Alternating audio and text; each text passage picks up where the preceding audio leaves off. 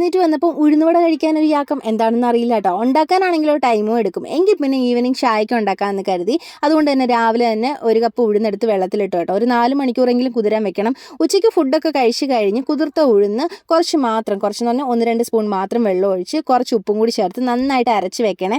അരച്ചെടുത്ത ഉഴുന്ന മാവ് ഒരു 2 മണിക്കൂറെങ്കിലും റെസ്റ്റ് ചെയ്യാൻ വെക്കണം, എന്ന് വെച്ചാൽ പുളിപ്പിക്കാൻ വെക്കണം.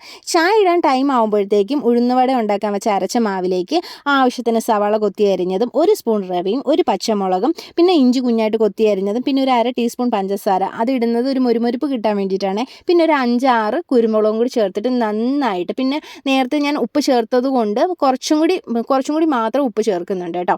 എന്നിട്ട് നന്നായിട്ട് മിക്സ് ചെയ്ത് നമ്മുടെ കൈ നനച്ചിട്ട് അതിനകത്ത് കുറച്ച് ഉരുള എടുത്തിട്ട് നമ്മുടെ തള്ളവിരൽ കൊണ്ട് ചെറുതായിട്ടൊന്ന് ഹോൾ കൊടുക്കാം. എന്നിട്ട് ഡയറക്റ്റ് തിളച്ച എണ്ണയിലോട്ടിട്ട് പൊരിച്ചെടുത്ത് കഴിഞ്ഞാൽ സംഭവം കിടുക്കാച്ചി കേട്ടോ. നല്ല മുരിഞ്ഞ് അകത്ത് നല്ല സോഫ്റ്റായി ഉഴുന്നോടെ റെഡി. അപ്പം ട്രൈ ചെയ്യാൻ മറക്കല്ലേ.